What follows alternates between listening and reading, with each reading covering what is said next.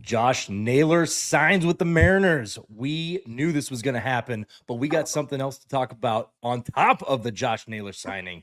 But right after these cool messages. Baseball stuff!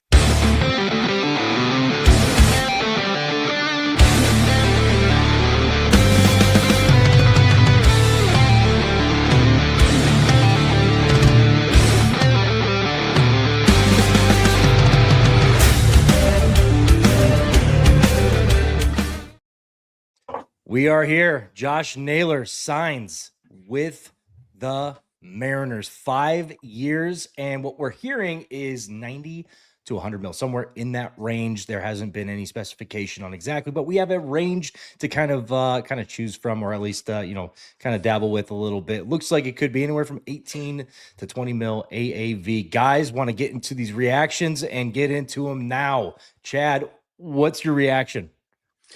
It's just nice when you see, he's just Dipoto doing Dipoto things. He's just getting in his bag. But he makes things happen. He made the trade at the deadline last year, a lot like that Castillo trade Howard talking about at that time. And it was just that question mark of when is he going to sign? And it's nice Naylor just being the kind of professional he is. He wanted to wait till after the season.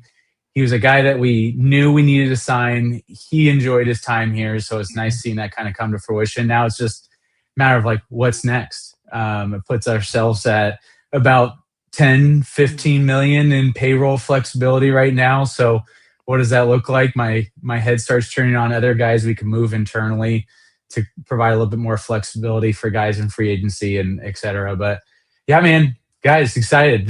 Sunday after having a tough loss for the Seahawks, it's nice to see that little notification pop through and say, boys, we got to pop on before we talk about the Cougs. Jeff passing on it. Love it. Nolsey, what about your thoughts?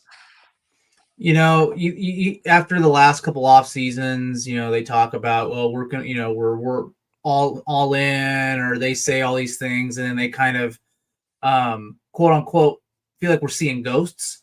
And unfortunately our quarterback saw some of those today. This was a huge, I think, movement where they finally put their wallet where their mouths had been. They talk about, oh, we want this team to succeed. We want to be and I think for Dipoto, as Chad, you brought it up, he's doing what he does. And I think, honestly, he's been held back by the management. He can only do what he's, given the okay to do. And so this is a great sign that our management is kind of in alignment with Dipoto to say, you know what, do it, make the moves, let's move forward, we have a window, and I think we've talked about it all year. This isn't a 10-year window. You have a pitching staff that's on their arbitration deals minus Castillo.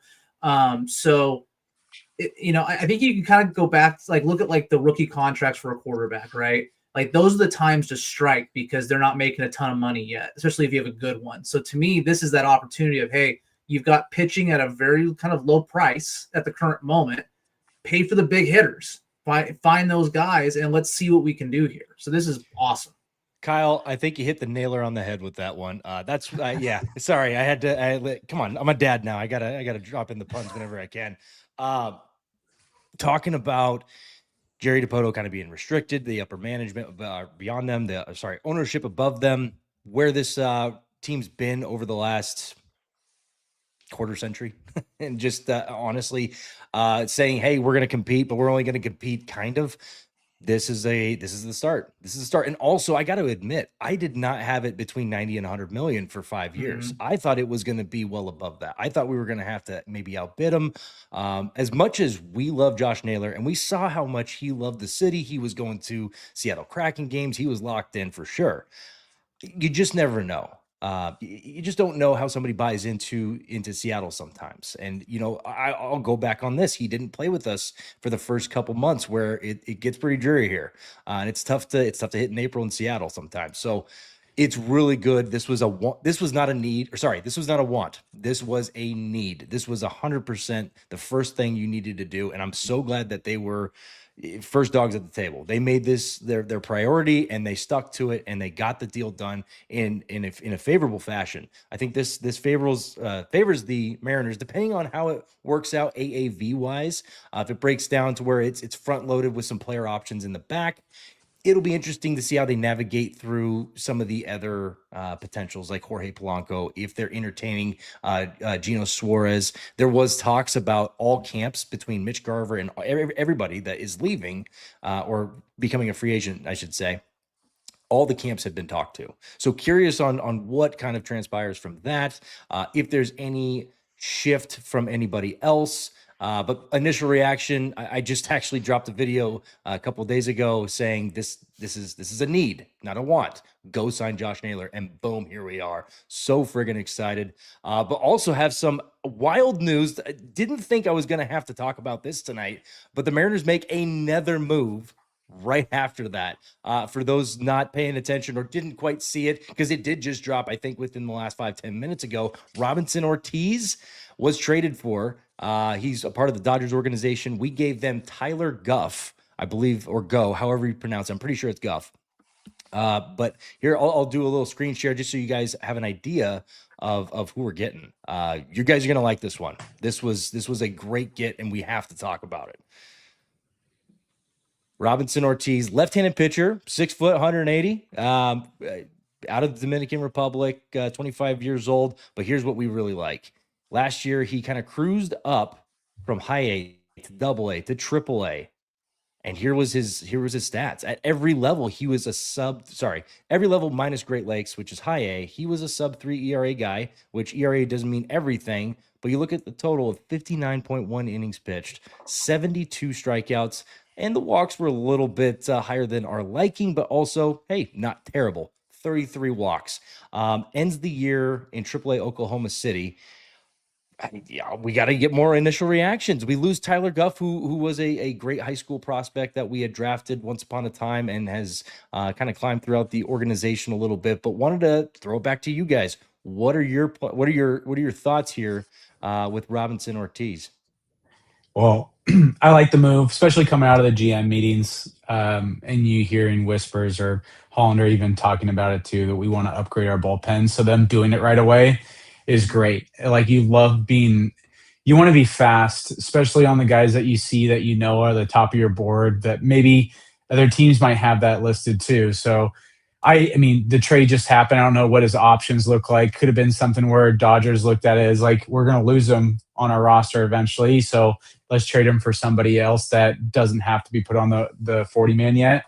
But biggest thing I circle is left-handed relief pitcher. So that was a need for us, and it's great to see that we took care of that right away. And then back to the Naylor really quick, and just pointing out, it sets up our offseason so well. First base was the biggest question mark. If Naylor didn't happen, where do we go from there? I don't know what direction you can go. There's a lot of directions you can go, but which direction is the correct path? So having Naylor and then right away getting a left-handed relief pitcher too in the process, same day, it's nice to see where we're headed in this offseason. Yeah, and no major league experience, but he did climb all the way up to AAA. And yeah, worth noting, he had one start the whole year. He is privy to the bullpen. Gotta love it. There's Jerry knows what he likes when it comes to pitchers. So I'm very excited to see what this young man could bring to the table in 2026 and beyond, because now he's gonna with no major league experience. The guy's got controllability now. And so if he enters the scene and he's another Gabe Spire type, lock in, boys. We got another left-handed pitcher on our hands. Nolsey, what about you? What was your thoughts on Robinson Ortiz and current direction of the Mariners?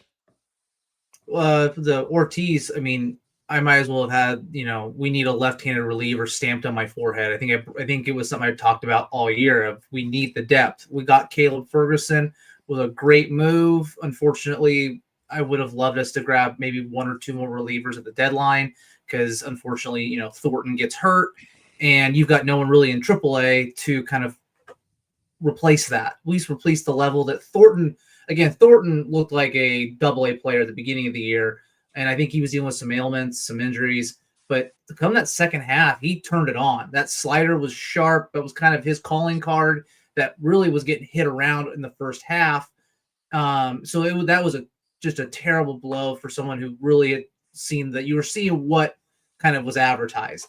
So getting Ortiz in there again, we had Spire, but for the most part, Spire was our only lefty in the bullpen, which was really tough.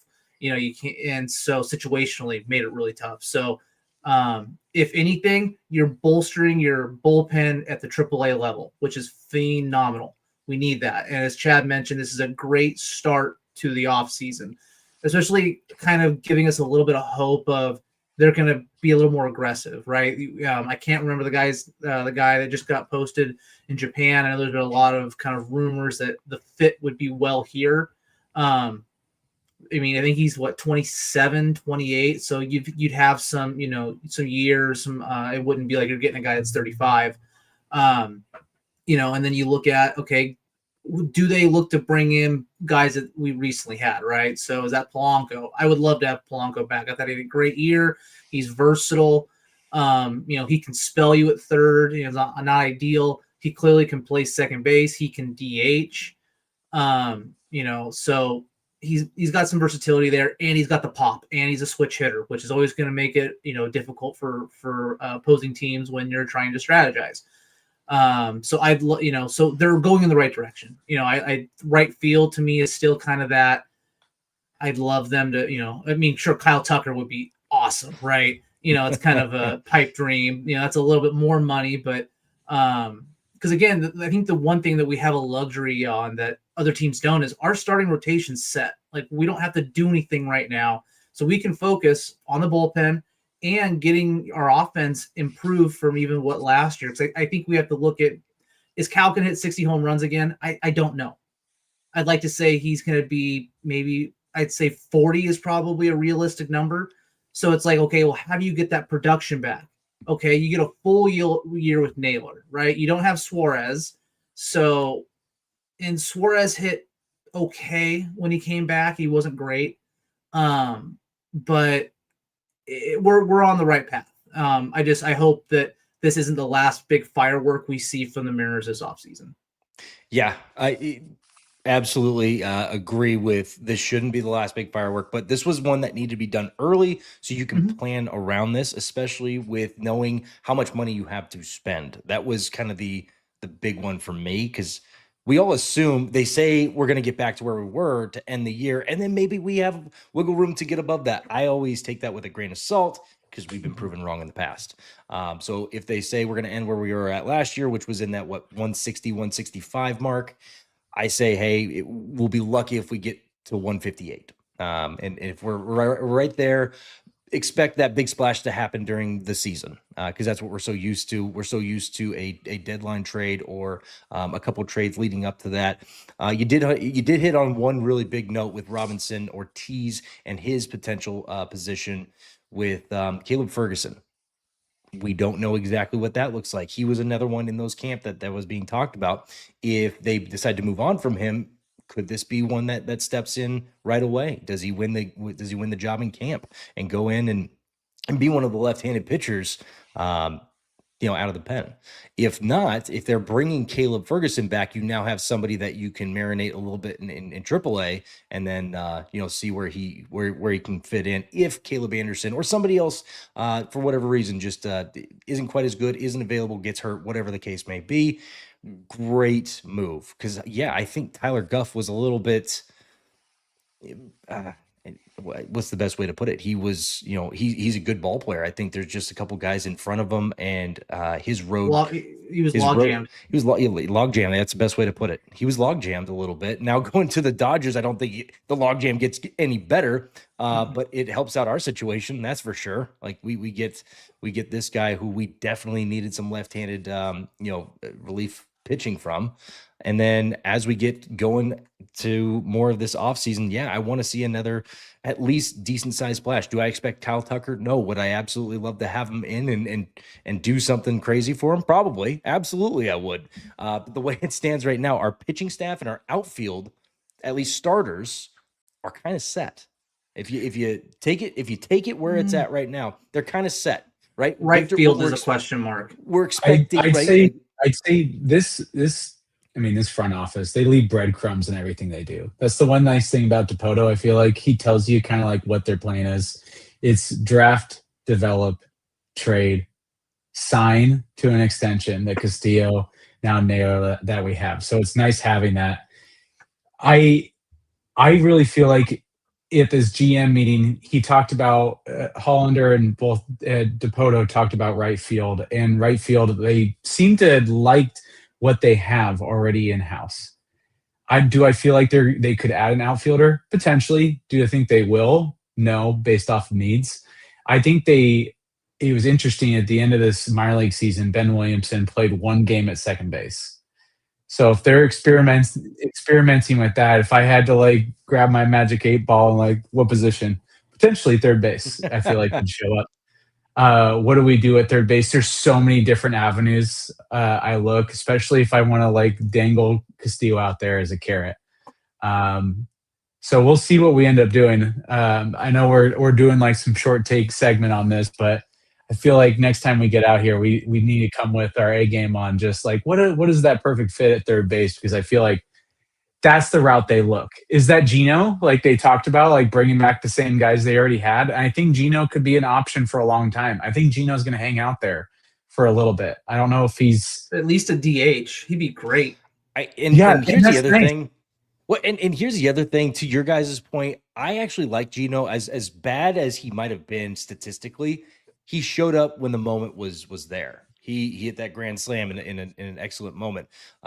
For him to just put the ball out in games that are close and him bat 215, 220, I mean, that's really no different than most third basemen. Now, do I want to pay $20+ million for that? No. But now seeing where Josh Naylor just signed in that $18 to $20 million range, I don't know, considering age, even though he did have 40 question plus bombs. The 18 to 20. There's got to be something behind it, right? Like I keep refreshing. I'm like, somebody tell me a number.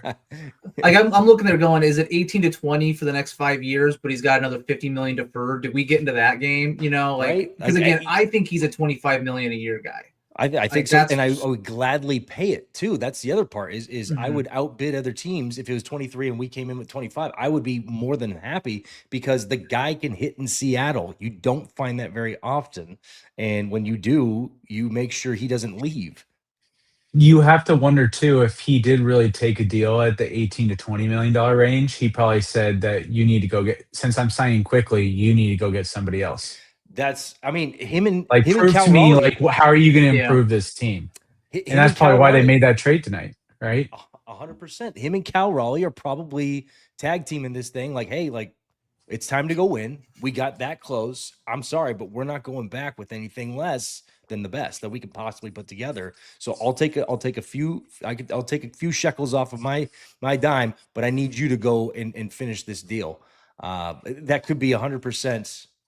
In play. I'm not saying it's right or wrong. I'm just saying that's 100% what could be in play, especially the way Cal Raleigh's kind of orchestrated a lot of different things since, what was it, 2023, where he had the infamous quote, or the famous quote, I should say, of we just need to do better and we want to win and all this other good jazz. He's orchestrated a lot and has a lot of buy-in and has a lot of buying power with the ownership and with everybody behind the scenes. So I'm wondering, if Cal Raleigh didn't orchestrate that a little bit, because I did see on Talking Baseball, he was just throwing a ton of stuff over. He was like, oh, who's that person in the locker room that is kind of that general and kind of gets everybody going. And he's like, oh, Josh Naylor, 100%. Like, he's gassing them up. So I would not be surprised if that is the deal, but this might be the first offseason we see a couple fireworks, like actual. I'd be curious about the youth. I think that was another wrinkle. Cole Emerson. Are they trying to figure out where they're going to put him in next year? Because I think is Laz potentially going to? I mean, like I feel like some of these guys, and that's the Mariners thing where it's like, okay, I get it, they're great, but don't put all your eggs in those couple baskets, because it's like you've got people, free agents that are good today. Like, let's major league, they're good. We talk about projections, but I want if you can give me some major league talent today, we gotta go after that. Yeah. Yeah. You're in a winning window. You love the fact that like where we're at right now, just as an organization, just from our starting lineup to our rotation to our like our full development system, how we have that set up. It says a lot this offseason, already losing 3 different internal coaches, whatever you want to call it, like their roles within the team. It says a lot about like what we're doing as a program, and teams want a piece of that. They want a piece of the success we've had recently, yes, but I think they see like the overall just like how we run things is very smooth, and you have to feel really good about like where we're going as a program. It's I also really great want to see. just to kind of capitalize on that specific point with we're losing guys in our personnel left and right. Chris Negron, all these other guys taking off. I think that's a lot attributed to Dan Wilson and what he's doing behind the scenes. I think he's created the culture that you need at this level, that you need within this organization. Now, are there some plays in games that he needs to maybe get better on, and which pitcher to bring in here, and what play call to here, and do we bunt there and do we not bunt there? Yeah, sure. The X's and O's of baseball, sure, he can get better at it. This was year 1. And yeah, I expect him to grow. He's a smart guy. He was a catcher, and a damn good one at that. So for all the Dan Wilson naysayers, understand where he took us this year, and understand the buy-in that he has behind the scenes. Yes, the X's and O's. I agree. I think some of that stuff maybe can get a little bit better, but the guy's done something. The guy's done something in that locker room that you can't replicate too many places, and what they have going on is very special. Did want to also bring up one of these.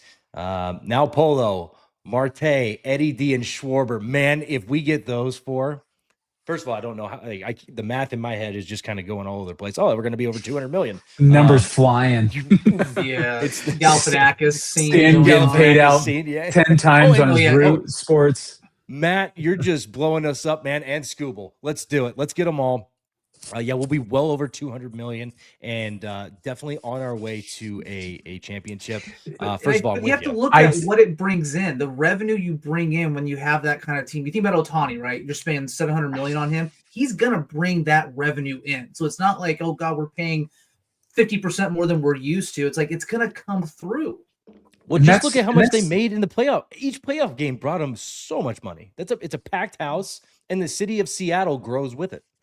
I feel like I'm like a minority on this, but I had this argument with somebody recently, but I actually say Dodgers, they're good for baseball with the spending they're doing. Yes, it stinks as being another fan of their team recently, but it's nice seeing that they're pushing in chips, and then baseball can see, okay, that actually performs pretty well overall. We need to mandate a minimum spend in baseball. I feel like that's what you're going to see this next year. The bargaining CBA, like that. I feel like that has to be in play. You can't put it on max cap. I feel like you have to be a little bit different from the other major sports, but I feel like a minimum spend. Please spend over $100 million. Baseball. So they have people. They have something currently. It's it's kind of like a slap on the hand right now. It means nothing. It means nothing. So yes, I think in this next CBA they're going to start. Hey, we're not going to slap your hands. We're going to cut them off now. We're going to start doing a little bit more damage for those not competing, or at least not financially competing in a window that is relative to everybody else. And they gave them plenty of ramp up. So it's not like a huge major change. Like we saw it with Oakland having to spend, it was like a $100 million offseason for them when they signed Severino. So, I mean, like they definitely probably did some kind of nudging internally. So here's my, go ahead.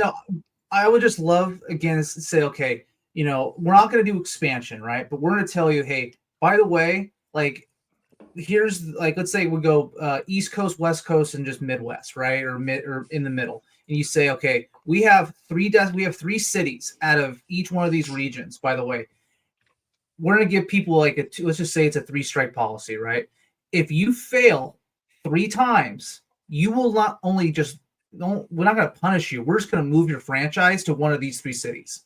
They're ready. They've been approved. If you don't want to pay, that's fine. We're just going to take your team and we're going to ship it over here. Yeah, I mean, It's okay, got to so be bigger than just play- like, oh, you can't revenue share.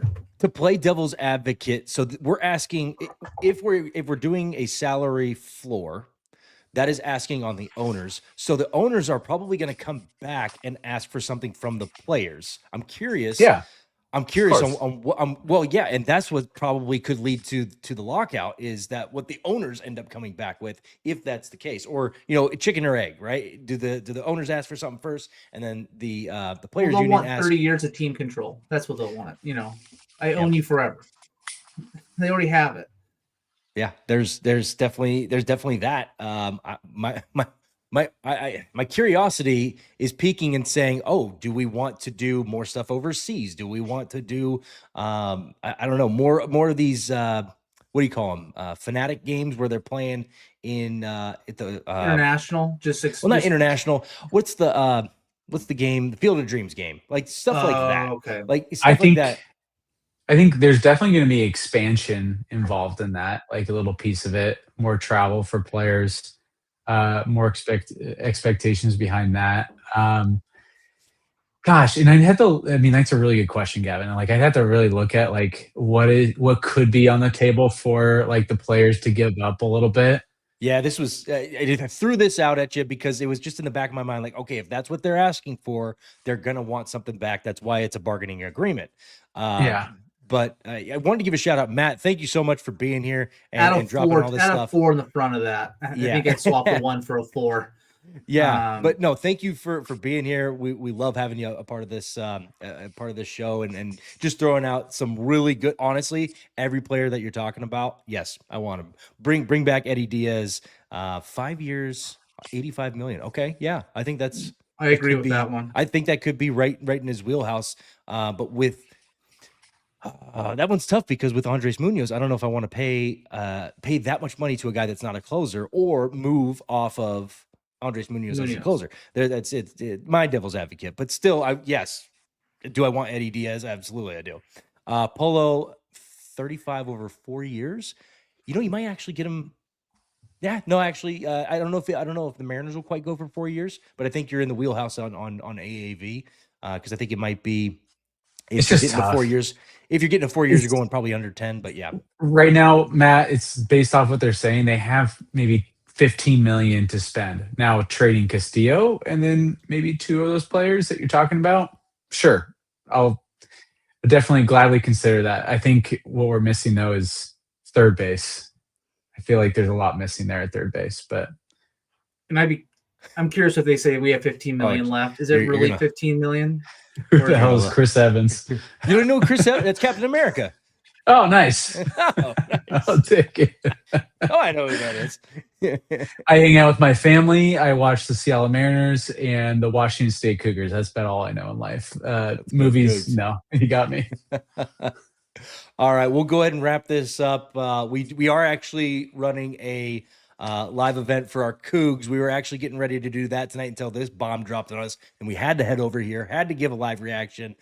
Thank you all for joining, but wanted to get final thoughts as we wrap up the Josh Naylor signing. Pumped. Mariners fans, like, this is good. This is good for us. I mean, like, we're doing exactly what we wanted, and how we started our off season. Like, if I had to making a list of like in order, like we're going in order of what we need to do. It's like, and so we'll see what comes forward for us as fans, but I think there'll be a little bit more moves coming in the future. So go M's. Go M's. Now, Nosey, what about you?